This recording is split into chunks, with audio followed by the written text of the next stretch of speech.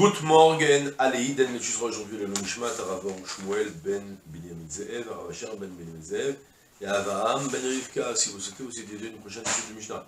Contact des 5 minutes éternelles, nous étudions la Sechet Trumot, Perek Vav, Mishnah Hei. En meshalmin min aleket, ou min השכחה, ou min הפאה, ou min ההפקר.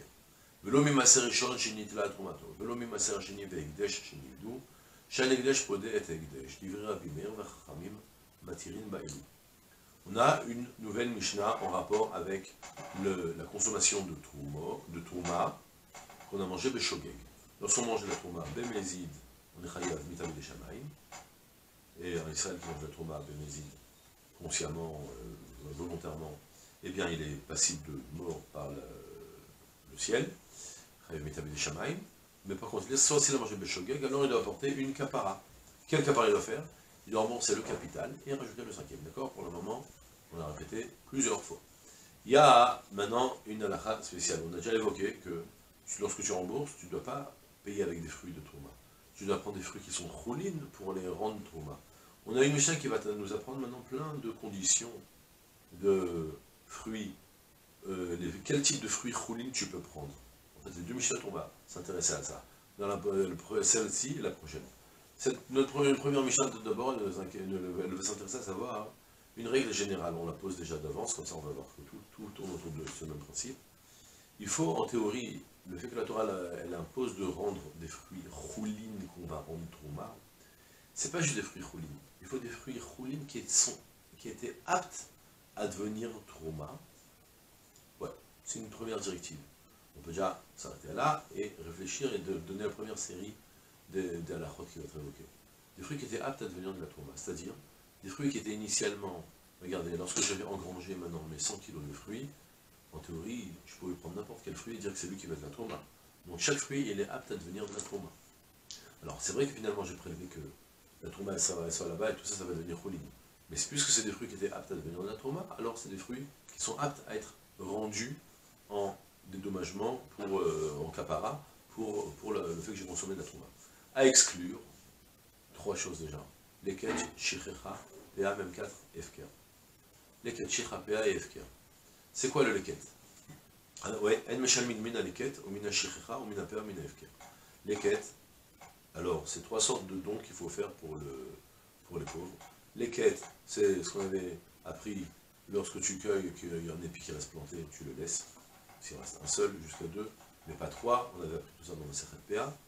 Mina Shichecha, lorsque tu ramasses ensuite tes omarim, tes gerbes, et on a une qui reste par terre, tu dois laisser ça pour les pauvres.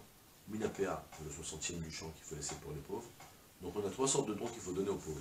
Si vous faites attention, c'est quand qu'on a le devoir de donner ces dons aux pauvres? Avant que j'engrange les fruits chez moi à la maison. Ouais, je suis encore dans les champs. De ce fait, c'est des fruits qui n'ont jamais été imposés de trauma. Et le pauvre a le droit de les prendre, et lorsque le pauvre les prend, ils sont dispensés complètement de trauma sur ces fruits-là. Puisque c'est des fruits qui n'ont jamais été exposés au devoir de trauma, ce sont des fruits que je ne pourrais pas utiliser pour dédommager et faire la capara de la donner en guise de trauma. Vous avez compris le principe? D'accord? Donc la Mishnah, elle va dire, et la même chose, c'est avec aussi Mina Efker, des fruits qui n'avaient pas de propriétaire, c'est-à-dire qui ont poussé sauvagement, qui n'avaient pas de propriétaire dans le champ, ou bien même qui ont été exploités par un propriétaire par le champ, qui ont été cultivés, puis après le propriétaire a abandonné tout son champ. Je suis parti les cueillir. C'était des fruits qui sont dispensés de Trouma Asrot, puisqu'il n'y a pas de Trouma Asrot, dans ce cas-là, il y aura pas non plus on ne pourra pas les donner non plus en dédommagement pour la Trouma qu'on a consommée. D'accord? Donc, En Meshalmin, on ne remboursera pas les fruits de la Trouma. Parce qu'on a le devoir de payer le capital plus le cinquième, on ne payera pas avec du leket, donc ce que le pauvre a glané dans les champs, qui est entré dans le cadre du leket, les épis qui étaient restés plantés, ou mina shichecha, ou bien les oublis qu'on a lorsqu'on a ramassé les gerbes, on en a laissé un ou deux, et ou bien encore mina PA du coin du champ qui peut le laisser pour les pauvres, ou encore même mina efker, d'accord? Même mieux que ça encore, le lomi maser rishon shenit la trumato, et même mieux que ça, j'ai prélevé déjà un dixième, une fois que j'ai prélevé la trouma. Une fois que j'ai prélevé la trouma, alors je devais ensuite prélever le dixième que j'ai donné au Lévi.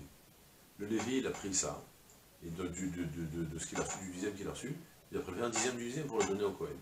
Eh bien, parmi les 9 dixièmes qui restent, eh bien, cette fois-ci, il ne pourra pas non plus le Lévi utiliser ces fruits-là, même si ils ont un statut de Choulin, pour les donner au Kohen, en dédommageant de la Trouma. Et de même aussi, et cette fois-ci c'est dur à comprendre cette halakha, d'accord? Parce qu'en théorie, elle avait au moins un statut qu'elle aurait pu être Trouma si elle était restée dans le... Si elle était restée dans le... Si elle était restée dans les fruits qui sont produits, donc ils ont déjà été en rapport avec la Trouma. Bon, on va voir, il y aura une explication, il va mettre une discussion sur ça. De même aussi, Velomi Maser Sheni avec des Sheni Vidou, et de même aussi, on ne remboursera pas avec du Maser Sheni. Pour le deuxième Maser qui peut être prélevé et amené à Yerushalayim, on a la possibilité aussi de le racheter sur de l'argent. D'accord? Tu as la possibilité de le racheter sur de l'argent, et dans ce cas-là, les fruits deviennent Cholin. Ces fruits-là, maintenant, tu ne peux pas les utiliser pour dédommager la Trouma, ou encore même avec la même chose avec du Hekdesh. Tu as sanctifié tes 100 kg de pommes après, pour le Beth Amikdash, tu en fais cadeau, après tu peux le racheter tout simplement. Ces fruits-là maintenant, tu ne pourras plus les utiliser pour dédommager la Trouma, et là ça tourne autour d'une autre raison, parce que Shehen Ekdesh Podé et Ekdesh. Parce que cette façon, il y a une autre règle, on ne peut pas racheter la Gdusha avec quelque chose qui était Kadosh. C'est-à-dire quelque chose que dans sa vie il a connu la Gdusha, et qui a quitté cette Gdusha, tu peux malgré tout, il garde une certaine trace de Gdusha, qui fait que tu ne peux plus l'utiliser pour racheter la Trouma qui était le même Kadosh. D'accord? Ça c'est la vie de Rabbi Meir. Chachamim matirin be'elu, et Chachamim permettent dans ces deux cas. Les deux derniers cas, ils ne sont pas d'accord avec ce limoud de la spéciale de Rabbi Meir, qui pense que En Ekdesh pod Ekdesh.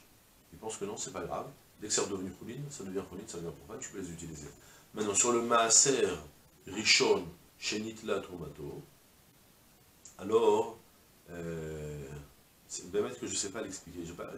Franchement, j'ai lu quelques trucs et je n'ai pas vraiment accroché pourquoi, finalement, ils ne sont pas aptes à devenir permis. Le Barthénora, il nous dit, bien que maintenant ils sont devenus Cholin Metukanim, mais auparavant, Keman Shigodem Shinita Trumato, Lochazé, avant que tu aies prélevé la Trouma, ils ne pouvaient pas devenir Trouma, parce qu'ils étaient déjà Maser Rishon.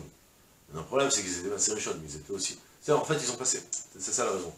Ils étaient en théorie aptes à devenir Maaser, Trouma.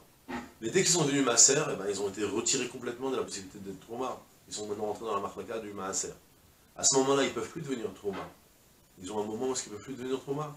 C'est un peu ce qu'ils disent, c'est un peu dur à comprendre, parce que finalement, que ça change avec les autres trucs qui étaient Cholin, qu'initialement ils étaient Tevel, maintenant ils sont devenus Cholin. Malgré tout, s'il y a eu un moment où ils pouvaient devenir Trouma, eh ben, ils gardent ce statut-là. C'est un peu cette halakha-là, ce détail-là de Maaser Rishon chez les Tomato, pour moi, il est resté relativement flou.